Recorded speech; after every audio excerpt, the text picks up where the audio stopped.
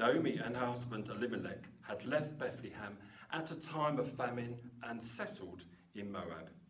Their 2 sons had married girls from Moab, Orpah and Ruth. Sadly, Naomi's husband and the 2 sons all died.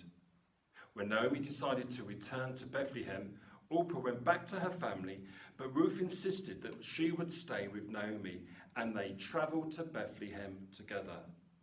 Now there was a wealthy man, an influential man in Bethlehem named Boaz, who was a relative of Naomi's husband Elimelech. One day Ruth the Moabite said to Naomi, "Let me go out into the harvest fields to pick up the stalks of grain left behind by anyone who is kind enough to let me do it." "All right, my daughter, go ahead." So Ruth went out to gather grain behind the harvesters, and as it happened, she found herself working in a field belonging to Boaz, the relative of her father-in-law, Elimelech. While she was there, Boaz arrived from Bethlehem and greeted the harvesters. "The Lord be with you." "The Lord bless you," the harvesters replied. Then Boaz asked his foreman, "Who is the young woman over there? Who does she belong to?" And the foreman replied, "She's the young woman from Moab who came back with Naomi. She asked me this morning if she could gather grain behind the harvesters. She's been hard at work ever since, except for a few minutes rest in the shelter."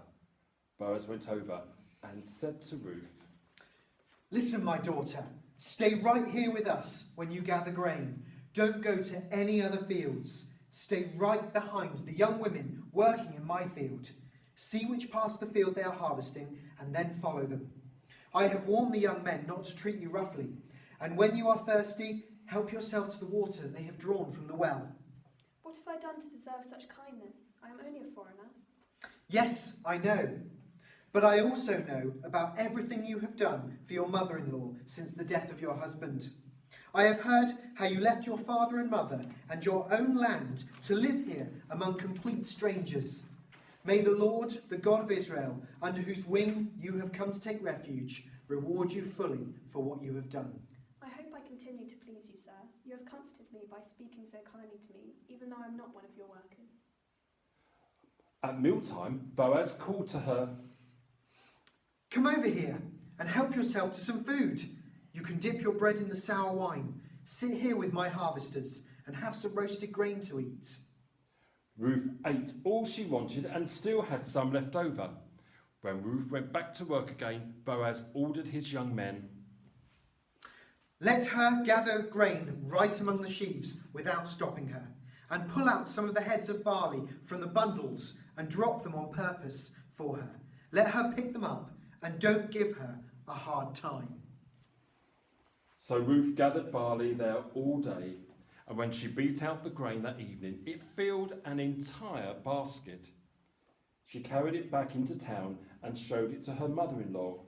Ruth also gave her the roasted grain that was left over from her meal.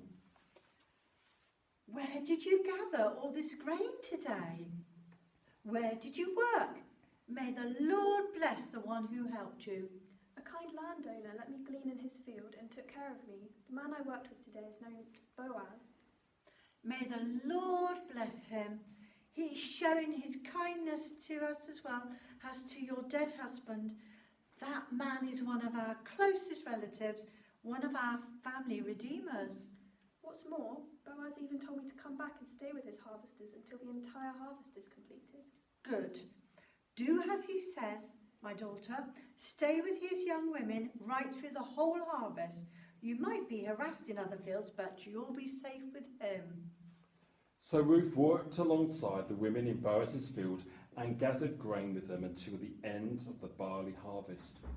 Then she continued working with them through the wheat harvest in early summer, and all the while she lived with her mother-in-law.